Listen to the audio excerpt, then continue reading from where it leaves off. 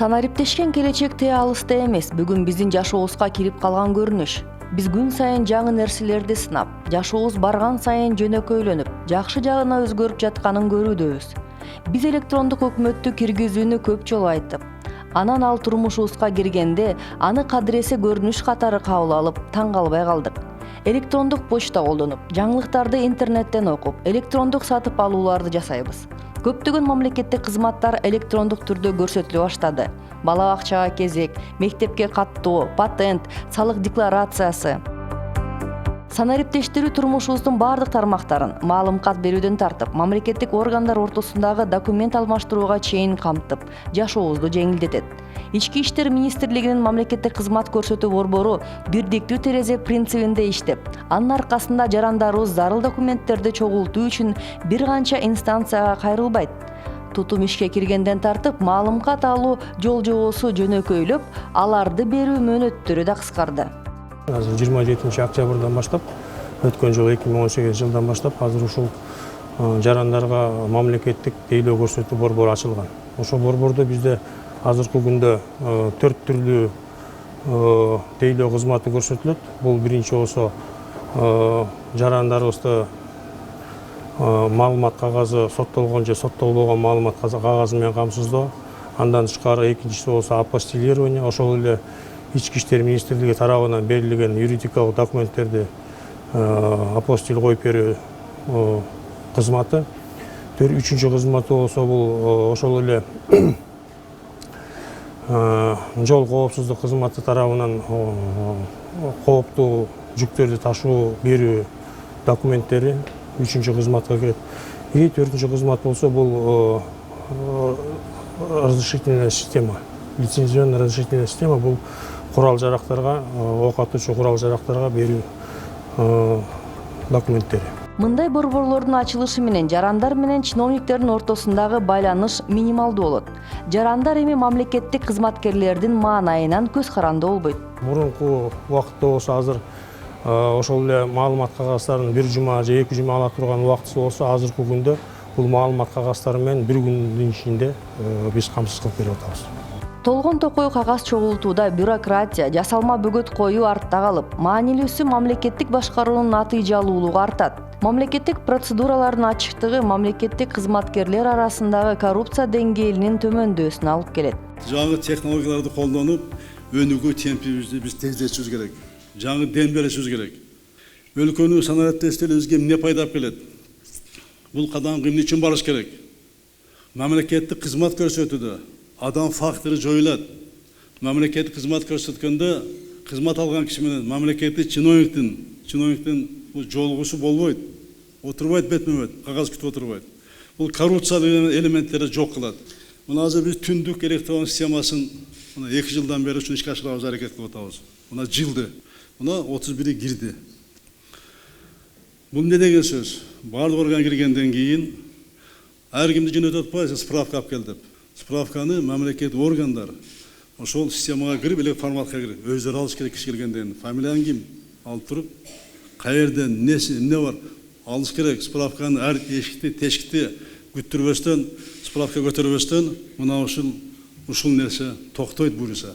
Экинчи, чиновниктер өзү адам келгенде ошол справканы таба турган шарт түзүлөт. Дээрлик идеалдуу Бишкек маалымат агенттиктеринин бири 12 февралда коопсуз шаардын алгачкы күнүн ушундайча аташты. Журналисттер коопсуз шаар долбоорунун биринчи күнү Бишкекте айдоо маданиятына канчалык таасир эткенин көрсөтүү үчүн квадрокоптерди Жандуу көчө кесилишинин үстүнө көтөрүшкөн. Дрон менен Фучик жана Чүй проспекти көчөлөрүнүн кесилишин тартышкан. Видеодо көрүнүп тургандай айдоочулар дээрлик жолдо жүрүү эрежелерин бузбаганын көрүүгө болот. Унаалар бири-бирин жөөлөп качырбай, стоп чийиминде токтоп, авто ээлери жулкунуп айдабайт. Камералар эреже бузуулардын 7 түрүн каттайт. Жол чырактын кызыл жарыгына карабай өтүп кетүү, жолдун каршы тилкесине чыга калуу, тротуар, веложол, газон, жөө адамдар өтүүчү чийинден жүрүү. Жол чыракта кызыл күйгөндө стоп линиядан өтүп токтоп калуу. Жөө адамдар өтүүчү чийинден эрежени сактабаган учурлар. Көрсөтүлгөн ылдамдыктан ашыра айдоо. Аялдама менен унаа токтотуучу жайлар боюнча эреже бузуу. Ар бир жаран мамлекеттик кызматтар сайтынан ага айыппул тагылдыбы же жокпу тактай алат. Санариптүү Кыргызстан бул мамлекет өзүнүн функцияларынын көпчүлүгүн, калкка көрсөтүп жаткан кызматтарынын чоң бөлүгүн электрондук түргө өткөрө турган идеология. Бул мамлекет менен бизнестин, мамлекет менен адамдын жана мамлекет менен мамлекеттик органдардын ортосундагы алака. Бул деген кызмат көрсөтүү үчүн инфраструктураны түзүү жана кызматтардын өзү. Жакынкы келечекте бизге эмне кылуу керек? Биринчиден, эл аралык деңгээлдеги санариптик инфраструктура керек. Өлкөнүн бүтүндөй аймагын интернет менен камсыздоо зарыл. Азыркы убакта биздин чоң долбоорлорубуз бар, уже ишке ашып баштады ошолордун ар бир айылга интернет жеткирүү боюнча. Андан кийин дагы чоң долбоор бар, бул регионалдык дата борбор деп коет, ошолорду курганга аракет кылабыз, ошо баштайбыз, жастан баштап. Ошол фундаменталдык долбоорлор ошол. Андан тышкары ар бир тармакта өзүнүн долбоорлору бар, анын астында 33 долбоорлор бекитилген. Андан тышкары азыркы убакта баягы улуттук стратегия боюнча да проекттер бекилет, азыр жол картасы боюнча иштешип атат. Экинчиден, мамлекет, жеке сектор жана жарандар ортосундагы өз ара аракеттенүү жаңы платформасы керек. Электрондук форматтагы мамлекеттик кызматтар шаарлардын эле эмес, айылдардын тургундарына да жеткиликтүү болушу шарт. Бардыгына мамлекеттик кызматтар ыкчам жана сапаттуу көрсөтүлүп, аларды жарандар үйлөрүнөн чыкпай эле алгыдай болушу керек. Бул үчүн жыл соңуна чейин түндүк электрондук тутуму ишке киргизилет. Электрондук өкмөттүн негизги системасы болуп түндүк электрондук өз ара кызматташуу тутуму саналат. Түндүк платформасынын алкагында ар бир министрлик, ведомстволор жана муниципалдык органдар бири-бири менен маалыматты жарандардын катышуусуз түз алмаша алышат. Түндүк системасы аркылуу өткөн ар бир транзакция автоматтык түрдө кол коюлуп, отчет, маалымкат сыяктуу расмий документке айланат. Ар бир органда расмий түрдө кол коюлган транзакциянын таржымалы сакталат. Аны кийин соттук процесстерде да колдонууга болот. Ведомство аралык өз ара кызматташууга катышкан ар бир адам эмнени, качан, кайсы тараптан алганын так билет. Транзакциянын таржымалын өзгөртүү мүмкүн эмес, анткени ал автоматтык түрдө жазылып калат. Түндүк бул жөн гана система эмес, бул жаңы идеология, бул электрондук өкмөттүн жүрөгү. Бүгүнкү күндө маалыматтар базасынын жоктугунан болгону 5 орган толук кандуу өз ара аракеттенүүдө. Бул салык, бажы кызматтары, социалдык фонд, мамлекеттик каттоо кызматы жана борбордук казыналык. 126 справка алыш үчүн 27 мамлекеттик органдар 280ге жакын документти алып барыш керек. Ошол документтерди алып баргандан кийин эле ошол справканы ала алат. Ошондо убакыт да кетип атат, акчасы да кетип атат. Ошондо баягы ден соолукта кетет деп айтсак болот да, анткени баягы анча нерв кетип атат. Азыркы убакта бизден октябрдан баштап пилоттун форматында портал иштеп баштады. 1 январдан баштап 48 мамлекеттик кызмат кирилген ал жерге.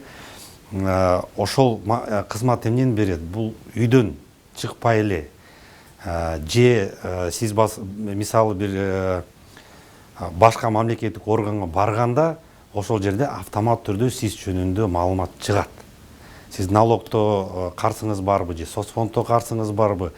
Ошондуктан баягы силер эч жака барбай эле бир эле ID картаңар менен эле киргенден кийин ошол маалыматтын баары чыгат. Же баягы соттон справка алгыла деп атпайбы? Ошол деле справка азыркы убакта уже электрондук форматта өттү. Ошонун баары 373 мамлекеттик кызматты электрондук форматка өткөнгө аракет кылабыз. Президент ошондой талаптарды койгон. Ушул быйыл 189га толугу менен электрондук форматка өткөргүлө деп. Ошонун баарын аткарганга аракет кылабыз. Санариптик технологиялар жашообуздун баардык чөйрөсүнө, билим берүү, медицина, бизнес, туризм, соттор жана укук коргоо органдарынын ишмердүүлүгүнө кирет. Коопсуз шаар жана коопсуз жол кыймылы долбоорлору ишке ашат. Түндүк электрондук системасы аркылуу 189 мамлекеттик кызмат санариптик форматка өтөт. Бүтүндөй өлкө жакынкы арада ири бир компьютер сыяктуу иштей баштайт. Анан ар бир жаран бул компьютерге көрүнбөгөн жиптер менен байланат.